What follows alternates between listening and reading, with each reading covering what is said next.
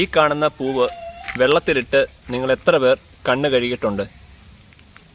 അപ്പോൾ നിങ്ങൾ ചോദിക്കും ഇത് എന്ത് പൂവാണെന്നുള്ളത്, ഇതെന്തിൻ്റെ പൂവാണെന്നുള്ളത്. ഈ കാണുന്ന സസ്യത്തിൻ്റെ പൂക്കളാണ്.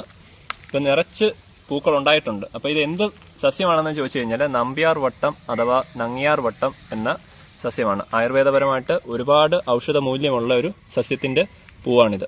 അപ്പോൾ ഇതിൻ്റെ പ്രത്യേകത എന്ന് പറയുന്നത് ഇത് ധാരാളമായിട്ട് പൂക്കൾ എപ്പോഴും ഉണ്ടായിക്കൊണ്ടേയിരിക്കും.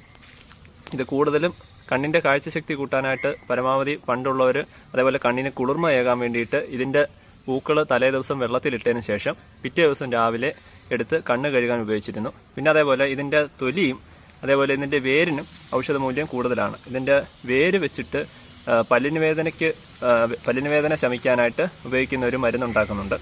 ഇതിൻ്റെ ശാസ്ത്രീയ നാമം ടാബർനെ മൊണ്ടാനം ഡൈവേരിക്കേറ്റ എന്നാണ് ഈ ഒരു സസ്യത്തിൻ്റെ ശാസ്ത്രീയ നാമം. ഇത് ധാരാളമായിട്ട് പല വീടുകളിലും പണ്ട് കാലങ്ങളിൽ കാണപ്പെട്ടിരുന്ന ഒരു സസ്യമാണ്. എന്നാൽ ഇപ്പോൾ വളരെ വിരളമായിട്ട് മാത്രമേ ഈ സസ്യം കാണപ്പെടുന്നുള്ളൂ. അപ്പോൾ ഇതിൻ്റെ പൂക്കളാണ്. ധാരാളം രാത്രി കാലങ്ങളിലാണ് ഇത് വിടരുന്നത്. നല്ല മണവുമാണ്.